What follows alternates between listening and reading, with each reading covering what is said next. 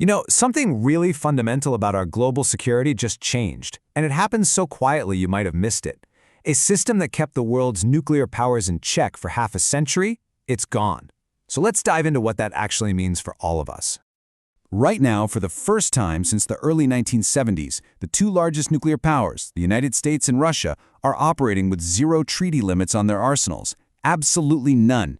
As of February 5, 2026, the New START Treaty, which was pretty much the last pillar of nuclear arms control, has officially expired.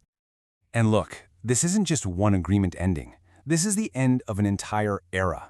An era that was defined by a whole series of treaties that gave us stability, predictability.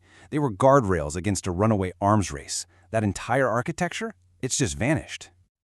And that, right there, is the central question facing global leaders and military planners. What is a world without these mutual constraints, without inspections, without those crucial communication channels? What does it actually look like? Well, the first and most immediate consequence is that both sides are now essentially flying blind.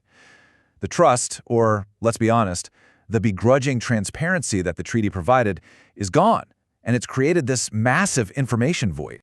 And it's so important to get this. This isn't just about abstract numbers.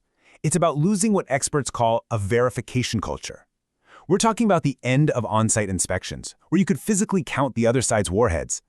No more constant data exchanges telling you exactly where every single missile is. This creates a super dangerous intelligence gap, where you're forced to plan based on worst-case assumptions. This brings us to a really critical concept called upload capacity. Now, this isn't about building brand new missiles from scratch. That takes years. This is about the ability to quickly pile more nuclear warheads onto the missiles and bombers that you already have. And this just perfectly illustrates what we're talking about. See, under the treaty, a U.S. Minuteman III missile carried one warhead. Simple. But without the treaty, that exact same missile can be uploaded to carry up to 3. You've just tripled its destructive power without building a single new thing. Now, what's truly mind-boggling here is the sheer scale. We're not talking about a slow buildup. We're talking about the potential to add thousands of new warheads to active arsenals, and not in years, but in just weeks or months. It's a recipe for a rapid, incredibly destabilizing arms race, all fueled by mutual suspicion. But here's the thing. This isn't just a two-player problem anymore, which makes the whole situation way more complicated. The old rulebook, it was written for a US-Russia rivalry.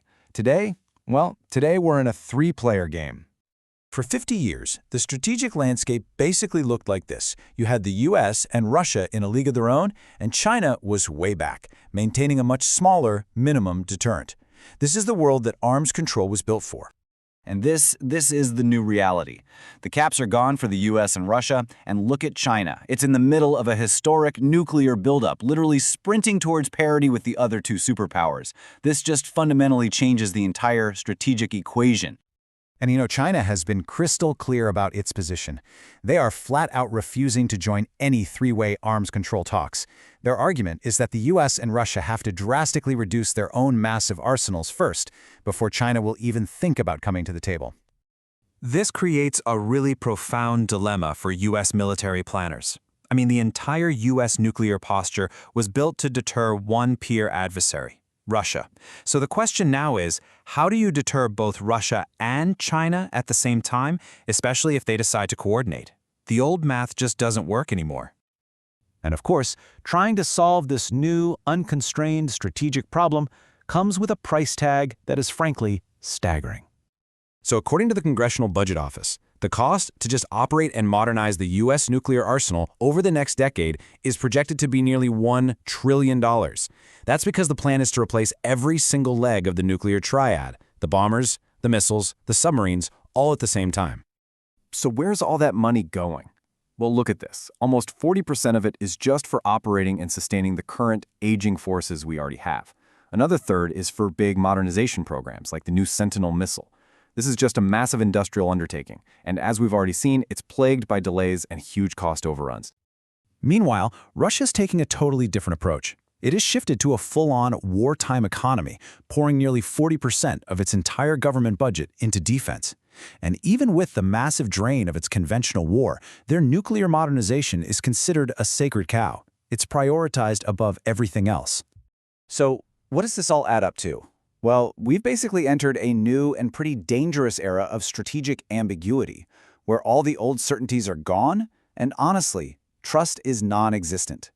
And this isn't just a superpower problem. The ripple effects are being felt everywhere. Our allies are getting nervous. The UK and France are now coordinating their nuclear forces as a hedge. In South Korea, the debate over building their own bomb has gone from the fringe to the mainstream. And just think about Japan. It's now completely encircled by 3 unconstrained nuclear powers. So, is there a plan B? Well, some experts are pushing for a new kind of verification, using commercial satellites, a sort of open silos policy. But there's a fatal flaw. Satellites can count missile silos, sure, but they can't see inside a missile's nose cone. They can't solve that upload problem, which is the most immediate threat we face. One analysis I read captures our new reality just perfectly. It calls this a strategic interregnum. It's a gray zone, a period of transition and immense danger, all defined by 3 competing nuclear powers with no rules to govern their competition. Which really leaves us with the final, unsettling question. For 50 years, stability was built on being able to look inside each other's arsenals. Now that we can't do that, is just seeing each other from a distance, from space, really enough to keep the worst from happening?